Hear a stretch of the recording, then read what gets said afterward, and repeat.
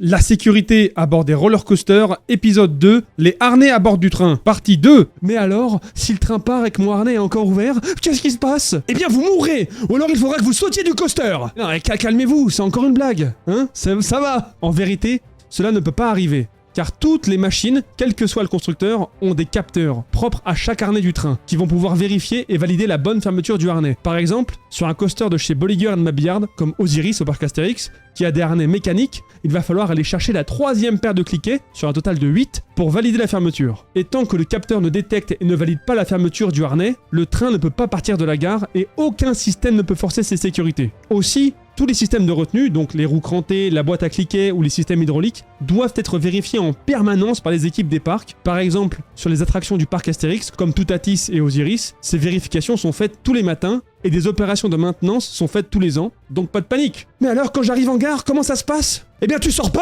T'as voulu faire le coaster, tu restes dedans maintenant, toute ta vie. Haha. Mais non, bien sûr, un système sur les rails permet de déverrouiller le harnais lorsque le train retourne en gare. Sur les harnais mécaniques, ce système vient actionner le déverrouillage du harnais en déplaçant les cliquets vers le haut, permettant au cylindre de se mettre en rotation et donc au harnais de s'ouvrir. On retrouve la même idée sur les harnais hydrauliques. Le système de déverrouillage permet au fluide, en quelque sorte, je vulgarise, de revenir en arrière en repoussant le harnais dans l'autre sens et donc de permettre son ouverture. Voilà. Soyez rassurés, tous les harnais disposent de systèmes de redondance. Par exemple, les cliquets fonctionnent par paire, donc si une paire lâche, l'autre prendra le relais. Et sur les fermetures hydrauliques, il y a 3 cylindres, dont 2 qui sont là juste au cas où, si le premier cylindre lâche. Et tous ces systèmes de redondance sont vérifiés à la même fréquence que le reste. Donc aucun risque, tout est pensé pour votre sécurité dans les coasters. Voilà. Moi je vous dis à la prochaine, il y a du lourd qui va arriver sur mes réseaux et sur la chaîne YouTube, surtout avec Noël et le Nouvel An. Donc abonnez-vous. Salut!